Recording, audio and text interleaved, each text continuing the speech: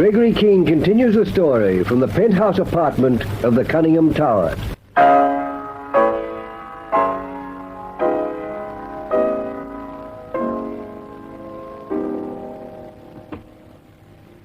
It's just after 12 o'clock at night, and we're back at Sherry's apartment, Cutts and me.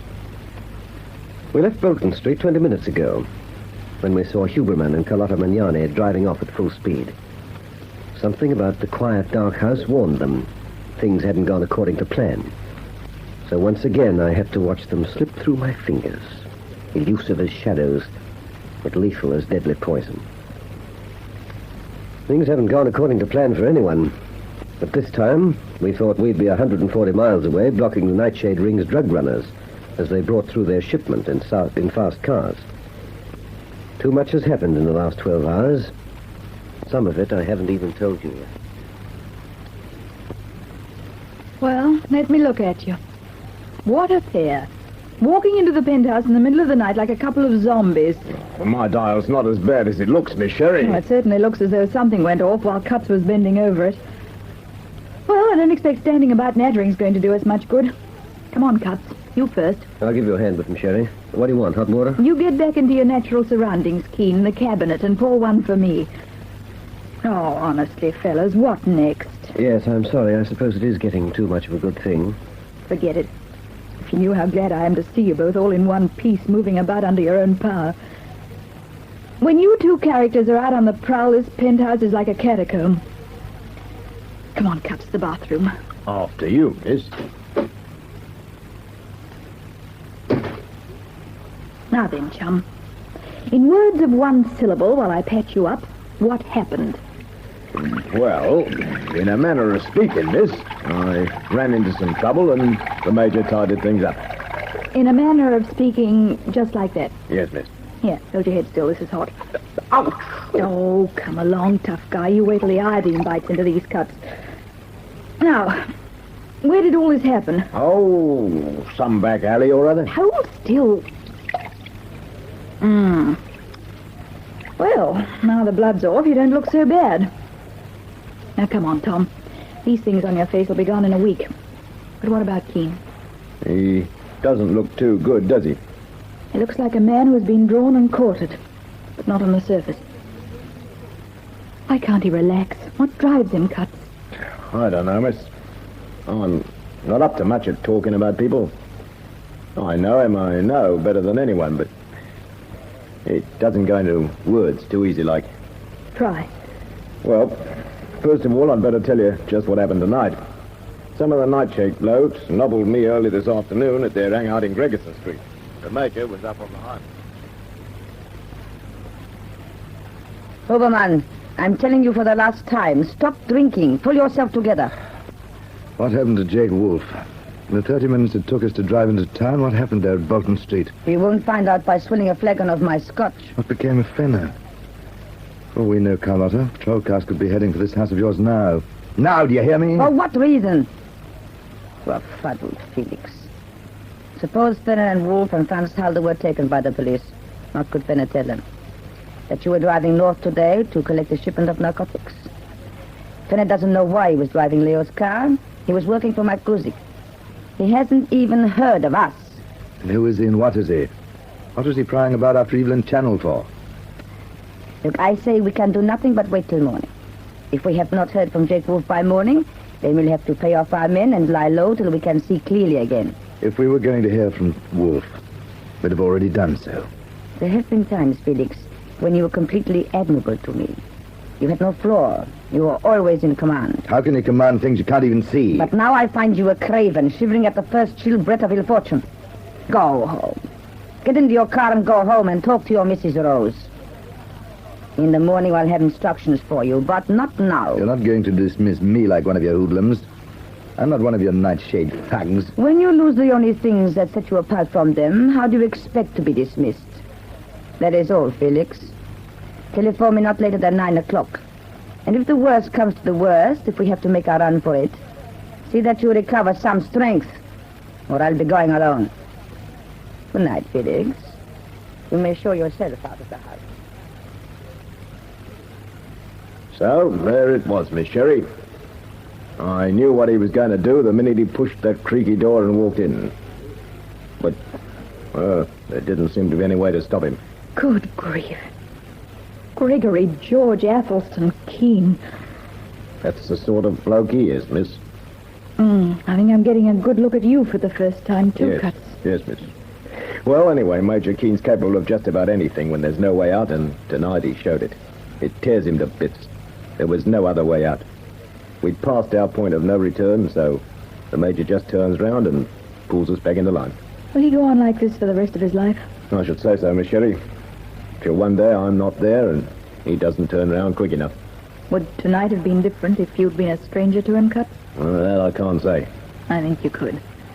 Thanks for fixing my face, miss. We could have used you for a stretcher bearer. Well, if I had been, would you pull the shutter down in my face, Cuts? No, it's all right. I can take it. Sorry, miss. You can let the water out. I'm going to talk to Keene. All right. What with one thing and another, I've done a bit of nattering tonight, so I might as well finish. Thanks a lot that you have. Not quite. If the Major's not fond of you, Sherry, and I'm looking you fair in the eye, he's not fond of anyone else either. What makes you think I care a tinker's benediction? Oh, come off it, miss. Hey, Keene, what have you poured for me? Gin and tonic? It'll do. Yeah. How's Guts? Oh, fine. He just told me the score. Oh. Well, someone had to. How long will they be? I'm expecting them any minute. What's going to happen, Keene? What can? I've had a lot of experience, and whether they believe me or not, they know it had to be done. Why? Why is it so important for the NightShade ring to go on thinking you're dead? The moment they learn I'm not, they'll run for cover, and we'll never see them again. They'll realize what's been going on in one revealing flash. They'll shut up shop, and the curtain will come down. Well, we've still not one shred of real evidence against them. But you'll have broken the ring. Leaving Huberman and Carlotta Magnani to retire on the wages of murder and violence. And never finding out what became of Bruno Kesselring. Oh, I suppose it's obvious, really. Why you have to stay dead, I mean. Well, I've explained it over and over again to the fellows at Phillip Street. Hope I don't have to go through it any more when they arrive tonight.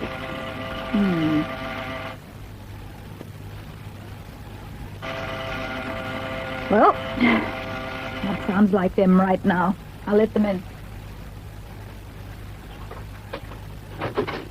Hello, Inspector. Hello, Miss Reed. Major Keene and Tom Cutts here. Very much so. All right, you men. In you come. Get this door closed. Hi, Murray. What's been holding you up? I'm expected. Of course. I've been waiting to hear what happened at the roadblock at Hexham Ferry. As though you didn't know. Believe me, I don't. You were right from the word go. There were no runners. There was no rendezvous at Limeburners Creek. The show was off. Uh-huh. Let's stop fencing, Keene.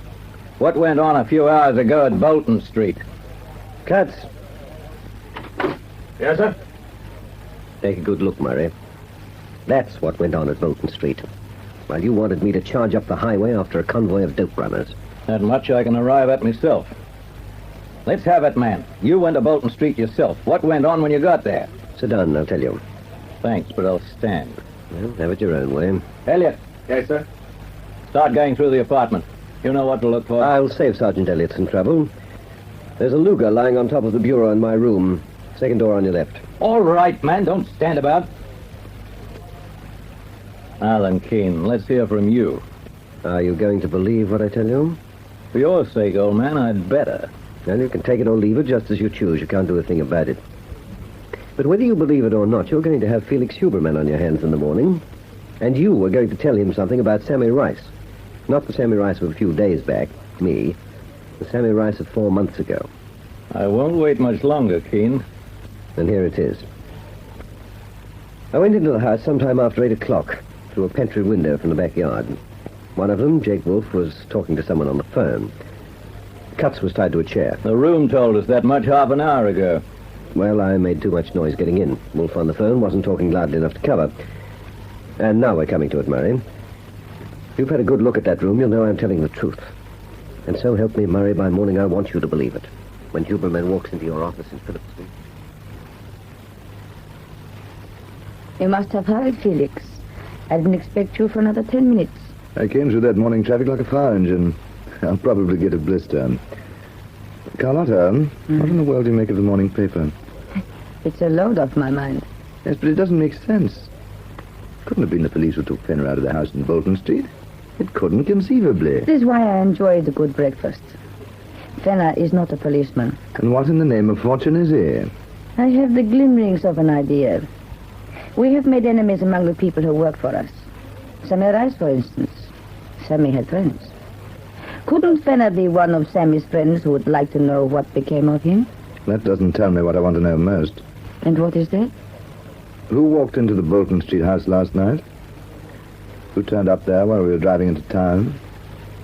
And who shot Jake Wolfe and Franz Holder dead in cold blood?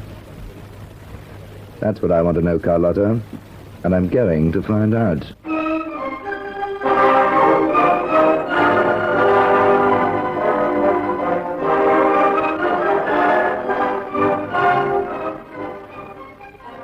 But only Cutts and I know exactly what went on in Bolton Street, and that will be locked in our knowledge forever. And when Huberman walks into Phillip Street this morning, he'll hear what he will think is the truth about Fenner.